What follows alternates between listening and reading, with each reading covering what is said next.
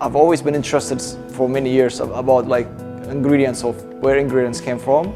I used to think it would be like really great, like a TV show or something, like we just kind of study like specific one ingredient and how it came about.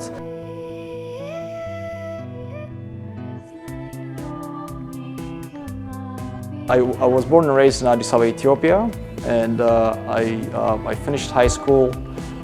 I went to University of New Hampshire. That's where I first came to this country, to New Hampshire state.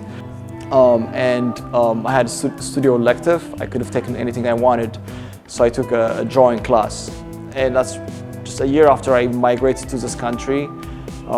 So drawing was like a platform for me to kind of process, and I had a lot to process, and I just almost find therapeutic doing drawings. Project Junction is about a meeting point of like several like paths coming together. Like a dish is at the same time it could be like a singular dish, but it is also like a meeting point of several different influences. The food is never a singular experience. It still is. It's a collective experience. Like it took so many hands to prepare it, to package it, to deliver it. Food, it's always had this collective input to it, and then becomes this point of all these input into one thing, and that makes it like a junction. So for the project, I visited in walking distance about 5 African restaurants nearby, including the Teranga here, to do some work that explores the surrounding neighborhood of African cultural restaurants. I live in Brooklyn, so I never really come up here. So it was like new for me. Just hopping from store to stores and just like learning the dish and buying the ingredients.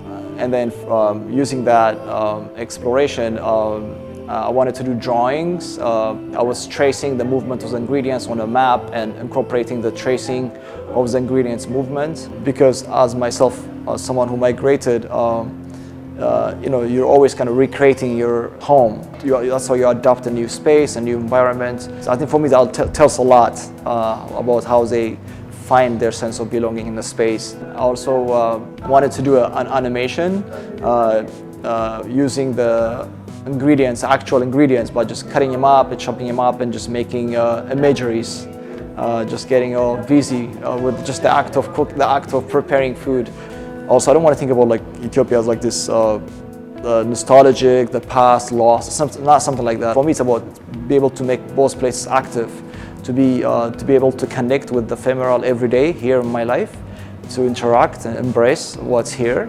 At the same time, to also activate something that's from my past, Ethiopia.